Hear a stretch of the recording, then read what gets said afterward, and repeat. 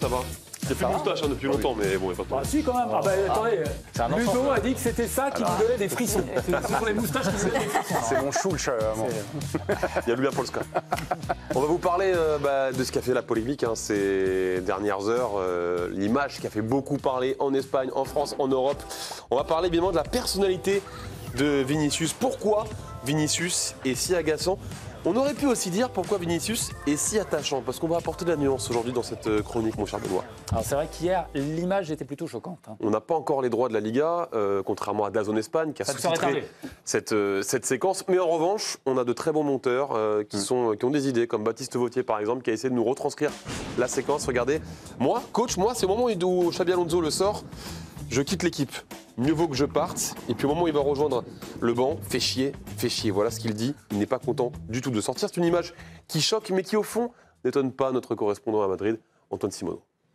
L'attitude de Vinicius, provocatrice, parfois arrogante, ça date pas d'hier, soit envers ses adversaires, envers le corps arbitral. Mais là, ce qui pose plus problème, c'est qu'aujourd'hui, son mécontentement et sa frustration, il se dirige envers les choix de Xabi Alonso, son entraîneur. Alors l'entraîneur justement, Xabi Alonso, il en dit quoi lui? C'était évidemment impossible pour lui d'y échapper puisque comme tous les joueurs du Real Madrid qui sont passés en zone mixte, les journalistes n'avaient que ça à la bouche, Vinicius. Me quedo con muchas cosas positivas del partido, muchas cosas buenas de Vini, lo hablaremos por supuesto, pero no quiero perder el foco de lo importante realmente. Estos son cosas que las hablaremos. On en reparlera quand même après en privé, il a bien dit. Pourquoi cette colère soudaine? Ça rentre dans un contexte qu'il faut expliquer, c'est le temps de jeu qu'a Vinicius depuis le début de saison.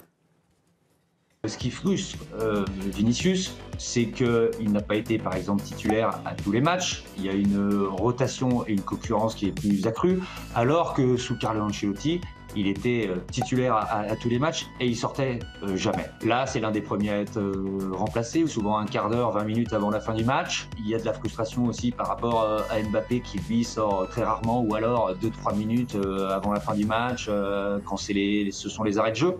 Exemple concret, il a joué 13 matchs avec le Real Madrid cette saison, Vinicius. Sur les 13 matchs, il a été 7 fois remplacé en cours de match et souvent 15-20 minutes avant la fin. Il a été 3 fois remplaçant et finalement il n'a joué que 3 matchs dans leur intégralité. On a entendu Antoine qui le disait, sous Ancelotti, il jouait quasiment tous les matchs de leur intégralité. Les supporters du Real d'ailleurs, on se demandait quels avis ils auraient sur la question. Ils sont plutôt partagés justement. D'un côté, il y a le camp de « il faut respecter l'entraîneur » et de l'autre, « il faut respecter Vinicius ». Y me parece fatal que se cabree Vinicius porque Xavi siempre lo protege y hay que dar paso a jugadores nuevos, con más ganas, con energía y me parece fatal. Mira que me encanta Vinicius, me parece un jugador top de Balón de Oro, pero me parece fatal que se enfade. Pero lo que ha hecho Xavi Alonso con Vinicius, a mí eso me parece injusto. Sinceramente, a mí Vinicius estaba jugando muy bien y eso lo que ha hecho a mí sinceramente no me ha gustado. Aquí el que manda es el entrenador. O sea, si el entrenador cambia a Vinicius lo que tiene que hacer es coger. Es que está cabreado, yo haría lo mismo. Un jugador que está dejando a Koundé todo el rato, sin subir, sin atacar. Voilà, avis partagé. Mais en ce qui concerne Vinicius, on a bien le sentiment que c'est l'accumulation aussi qui joue contre lui. C'est vrai qu'il y a eu beaucoup d'affaires Vinicius, d'embrouilles Vinicius depuis son arrivée au Real Madrid. Rien que cette saison, par exemple, il s'est écharpé avec un joueur de Levante, il lui a mis la main sur le visage en début de saison. Joueur de Levante qui avait eu des propos assez évocateurs d'ailleurs sur le Brésilien après le match. Bueno, se nos falta el respeto no solo a nosotros, sino a la afición, al equipo que representamos, pues también somos personas y creo que debemos decir basta. Obviamente sé que es un jugador que tiene muchísimo potencial, pero hay diferentes situaciones que no las paso como persona. Bon, est-ce que vous lui avez trouvé quand même des circonstances atténuantes? On sait d'abord qu'il a été très affecté de manquer le Ballon d'Or en 2024. Ça avait eu une incidence sur sa saison dernière. Malgré ce tweet qu'il avait mis, j'en ferai 10 fois plus s'il le faut. Ils ne sont pas prêts. Or, sa saison, oui, elle avait été dure mentalement. Elle est mieux cette année, mais il y a un autre contexte, évidemment, qui est très pesant autour de Vinicius. Vinicius, en fait, je pense qu'il est agacé par beaucoup de choses, que ce soit les insultes dans les stades à l'extérieur qui pleuvent sur lui. Il focalise vraiment la haine et le mécontentement des supporters, voire des joueurs adverses. Il est victime aussi de beaucoup de coups. Il y a un sentiment d'injustice pour Vinicius. Ah, et ce sentiment d'injustice, il a un impact. Oui, parce qu'il y a un autre sentiment qui peut régner autour de Vinicius, c'est le racisme. Regardez par exemple ESPN qui recensait en 2024 déjà 16 moments où Vinicius avait été victime d'actes racistes en Espagne. C'est énorme, il avait parlé de ça d'ailleurs à CNN en 2024. Et évidemment qu'il faut le comprendre aussi quand on a ce contexte-là. J'espère que l'Espagne pourra évoluer et comprendre la gravité d'insulter quelqu'un à cause de sa couleur de peau. Si la situation ne s'améliore pas d'ici le Mondial 2030, je pense que nous devrons changer de pays hôte, car si un joueur ne se sent pas à l'aise et en sécurité dans un pays où il peut être victime de racisme, c'est un peu difficile. Et cette phrase-là, par exemple, avait été très mal perçue en Espagne. Autre moment très fort qui peuvent permettre de comprendre aussi Vinicius, c'était toujours en 2024 avec la sélection brésilienne quand il était revenu justement sur ce racisme qu'il touchait. Igualdade, né? Que no futuro possam ter menos casos de racismo, que as pessoas negras possam ter uma vida normal como todas as outras. Para que eu possa fazer o melhor para minha equipe, e às vezes nem sempre eu tenho que me concentrar muito.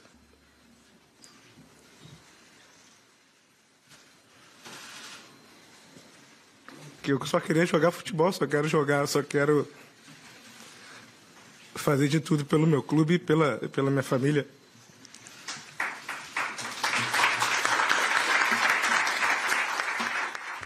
Ce sont des images fortes qui permettent d'en savoir un peu plus sur la personnalité. Antoine aussi le côtoie au quotidien en suivant le Real Madrid et il a son avis sur la personnalité Vinicius.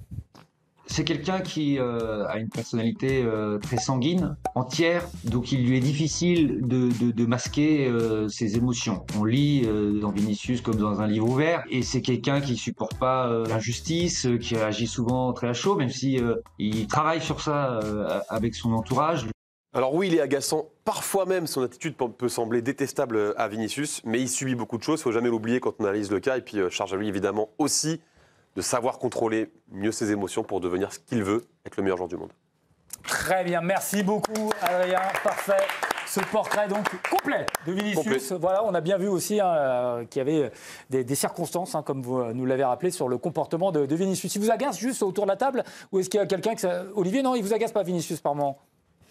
Franchement, pas tant que ça. Je trouve qu'on le réduit un peu trop à ça maintenant et on en vient à oublier quel joueur extraordinaire il est. Il suffit de voir encore le match. Non, mais il peut être un joueur extraordinaire et agaçant. Oui, mais c'est là où Adrien a été très bon. Franchement, tout ce qu'il subit, tout à l'heure, le joueur qui l'attaquait en disant mais on est des êtres humains, on ne peut pas se laisser faire. Et ben, lui aussi, en fait. Et franchement, je trouve que cette conférence de presse dit tout, c'est déchirant. On n'est pas à sa place. Tout ce qu'il a subi en Espagne, je trouve qu'il a été trop souvent tout seul.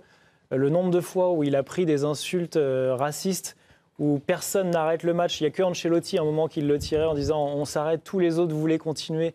C'est constamment, même Javier Tebas, qui est quand même le président de la Ligue en Espagne, en a remis une couche. Il est tout seul. Alors il y a ça, il y a plus ce dont Antoine parlait aussi, toutes les fautes qu'il subit. Moi, je trouve que c'est un joueur, au contraire, un joueur vrai, un joueur qui joue avec son cœur. Et il peut être agaçant, mais je préfère voir avant tout le joueur incroyable qu'il est que tout le reste. Oui, mais alors hier c'est juste, il râle parce qu'on le fait sortir, quoi, je veux dire. Et là, par rapport au coach, il dépasse les bornes, non, Ludo? Un coach ne peut pas supporter ça. Il y a l'intelligence du coach aussi de connaître son joueur. On sent que c'est quelqu'un qui est écorché vif. Il a subi beaucoup de choses. L'émotion est débordante. Chez lui, on le voit, il est à fleur de peau. Donc l'intelligence et le calme de Xabi Alonso va faire qu'ils vont régler cette affaire en coulisses, où Vinicius va s'excuser auprès de son coach parce qu'il n'a pas à faire ça dans un match où tu gagnes contre Est-ce qu'il doit envoyer un Twitter pour s'excuser, vous pensez? Non, je ne crois pas. Je crois pas. En tout cas, il connaît son joueur. Il sait que parfois... trop c'est trop, et je pense que depuis qu'il a perdu cette chance, en tout cas il a vécu ça aussi comme une injustice, le fait qu'il n'ait pas le ballon d'or, c'est plus le même homme et ce n'est plus le même joueur. Alors on l'a retrouvé par séquence hier, c'est vrai qu'il a été virevoltant, il a été plutôt même voire très intéressant dans ce match-là, mais pourquoi Xabi Alonso laisse Mbappé et pas lui Parce que Mbappé il est clinique en ce moment, il n'y avait que 2-1 au moment où ils sortent.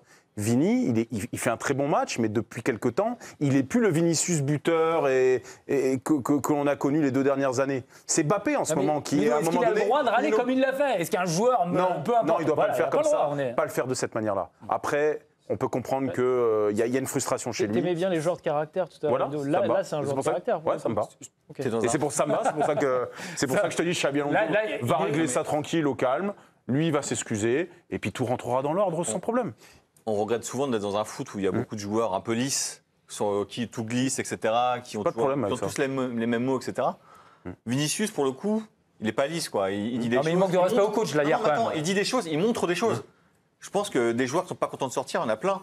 Et parfois, Vinicius, tu as rappelé avec son passif, etc. Peut-être que quand il sort dans un match où il est bon, et il doit savoir que le match d'avant n'était pas bon, et que depuis quelques mois, il est moins bon, et que d'un coup, il se sent en pleine forme, et qu'il sent qu'il peut avoir une incidence sur le match, un joueur de ce niveau-là, quand il sort, ça le fait chier peut-être. Et peut-être que lui, il ne sait pas le contenir. Non, mais il dit je quitte l'équipe. Il a dit je quitte l'équipe. Pour les raisons qu'il évoquait. Il n'arrive pas à le contenir. Peut-être que c'est un problème j'en sais rien. Peut-être qu'il faut qu'il parle à quelqu'un. J'en sais rien. Non, mais c'est pas une critique. C'est une vraie raison. On sent que c'est une boule d'émotion, quoi. Et je trouve ça bien d'avoir des joueurs en 2025 qui montrent autre chose qu'un côté très lisse, très robotique parfois.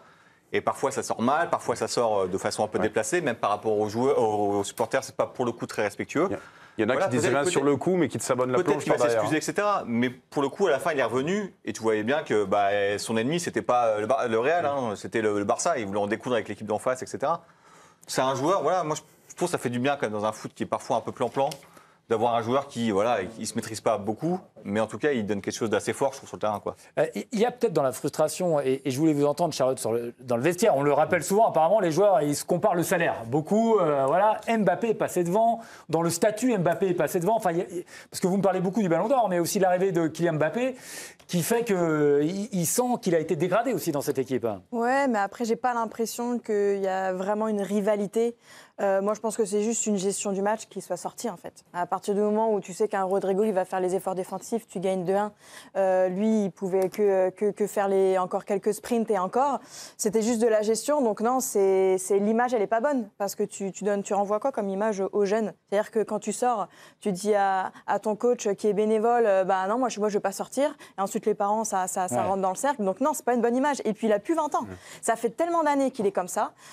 Il est cadre de son équipe. Il est en difficulté. Là, il a fait un bon match. Je vous rejoins tous. Il a fait un bon match. Il devrait sortir satisfait. Il restait 15 minutes. Tu tapes vraiment dans la main. Tu regardes ton coéquipier quand tu sors parce que le coéquipier, il faut lui donner de l'énergie pour rentrer parce qu'il y avait encore 2-1.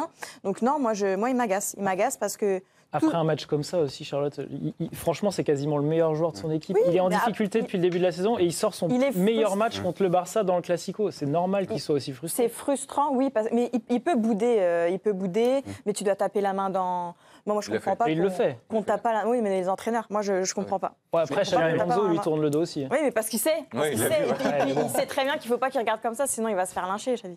Mais est-ce qu'on le sous-estime pas quand on regarde les statistiques qu'il a? Alors même si là c'est un des meilleurs joueurs, il fait un début de saison un peu poussif, mais en fait les stats elles sont quand même monstrueuses. Regardez, sur son début de saison, en 13 matchs, il y a quand même 5 buts et 4 passes décisives. Et puis la saison dernière, on disait qu'elle était un petit peu moyenne. 58 matchs, 22 buts, 19 passes décisives, c'est presque décisive une fois par match. Ça reste quand même énorme, même si on peut attendre plus de ce joueur-là, mais quand même. Ça c'est un peu l'époque qui veut ça aussi. Aujourd'hui, les attaquants, ils ont des stats tellement folles que quand tu parles des meilleurs attaquants du monde, s'il y a un mec qui stagne à 20 buts à la fin. À 20 buts à l'époque de Ludo, t'étais Pichichi. T'étais le roi du monde. T'étais le roi du monde. Non, à 20 buts au mois d'octobre. Donc oui, c'est particulier.